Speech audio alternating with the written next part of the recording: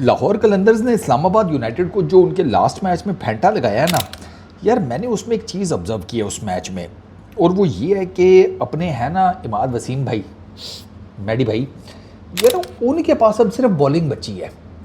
Batting उनके पास बिल्कुल कुछ नहीं है, फील्डिंग उनकी डूबियस है, और वो मुझे लगता है कि मेन रीज़न शायद उनकी फिटनेस है। इमाद वसीम ने मिस फील्ड की, आपने उस मैच में देखा। बैटिंग तो अल्लाह माफ़ी दे, ऐसे लग रहा था इमाद वसीम को किसी ने खड़ा तो कर दिया पिच के ऊपर, लेकिन जंजीरों में जकड़ा हुआ है, ना पैर निकल रहे हैं, ना बल्ला आ रहा है, हाथ, यकीन करो ऐसे लग रहा था अल्लाह माफ़ी दे कोई मरीज़ बैटिंग करने आया हुआ है। ना उनसे पेसर खेले जा रहे थे, ना उनसे स्पिनर्स खेले जा रहे थे, और ये लाहौर की विकेट के ऊपर कितने ही गेंद स्पिन हो रहा है आपके सामने है सर, कोई चक्कर ही नहीं था। इमाद वसीम ऐसे जिसे कहते हैं गुंजल हुआ हुआ था, 10 गेंदें खेली हैं, सिर्फ 2 स्कोर बनाया है।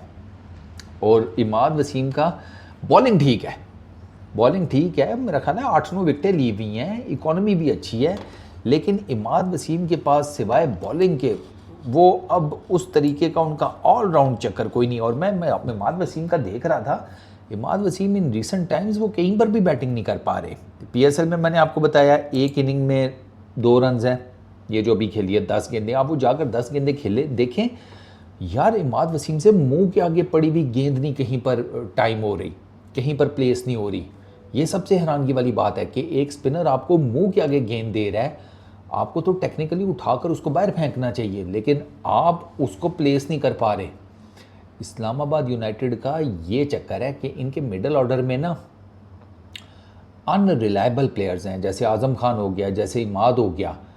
ये जब भी इनका मिडल ऑर्डर टेस्ट होगा ना, ये घोड़े लगेंगे इस्लामाबाद यूनाइटेड वाले। आप नोट चेक कर लीजिएगा, आज़म की फॉर्म आपके सामने है, उसकी फ़िटनेस का क्या हाल है, इमाद वसीम को देख लें, तो इनके मिडल ऑर्डर में इतनी जान नहीं है। अच्छा, लंका T10 खेली है इमाद वसीम ने 2 इनिंग्स में 1 रन, अबू धाबी T10 वहाँ पर 5 इनिंग में सिर्फ 48 रन, ठीक है।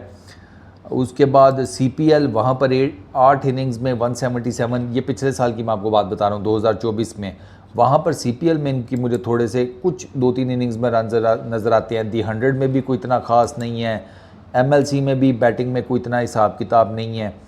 अच्छा, वर्ल्ड T20 में तो आपको वो याद ही होगा, वो इंडिया वाला मैच, वो 23 गेंदों के ऊपर जो 15 रन इमाद वसीम ने किए थे, और पाकिस्तान वो मैच, हाय हाय हाय हाय, क्या मैं आपको बताऊं।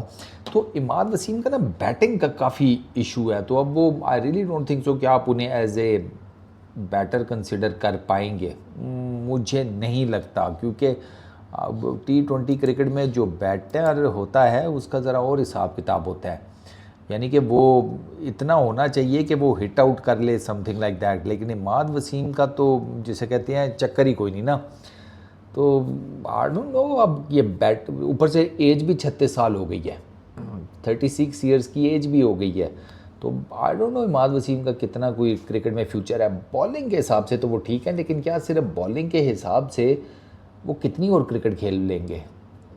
अल्टीमेटली आपको कहीं ना कहीं फील्डिंग तो करनी होती है। आपको अगर आपकी बैटिंग आ जाती है फिर आप क्या करेंगे। आजकल लोग प्रेफर करते हैं, या टीम्स प्रेफर करती हैं ऑलराउंडर्स, कि जिसको किसी भी टाइम उससे 1-2 ओवर करवा लें, या किसी भी टाइम उससे बैटिंग करवा लें किसी भी नंबर के ऊपर। बॉलिंग में तो आई गेस इमाद वसीम कर लेंगे, बैटिंग फील्डिंग में तो यार मुंह के आगे पड़ा हुआ गेंद इमाद वसीम से फील्ड नहीं हो रहा, मुंह के आगे पड़ा हुआ गेंद इमाद वसीम से टाइम नहीं हो रहा, तो बैटिंग में तो इमाद वसीम के बहुत बुरे हालात हैं यार, बहुत ही बुरे। आई डोंट नो उनका क्या बनेगा, क्या हिसाब किताब। आई गेस इमाद वसीम को इसके बारे में कुछ सोचना ज़रूर पड़ेगा कि सिर्फ मैं बॉलिंग से कितना अरसा निकाल लूँगा। इस वीडियो में इतने ही, अपना बहुत ख्याल रखना, नेक्स्ट वीडियो में मुलाकात होगी। इस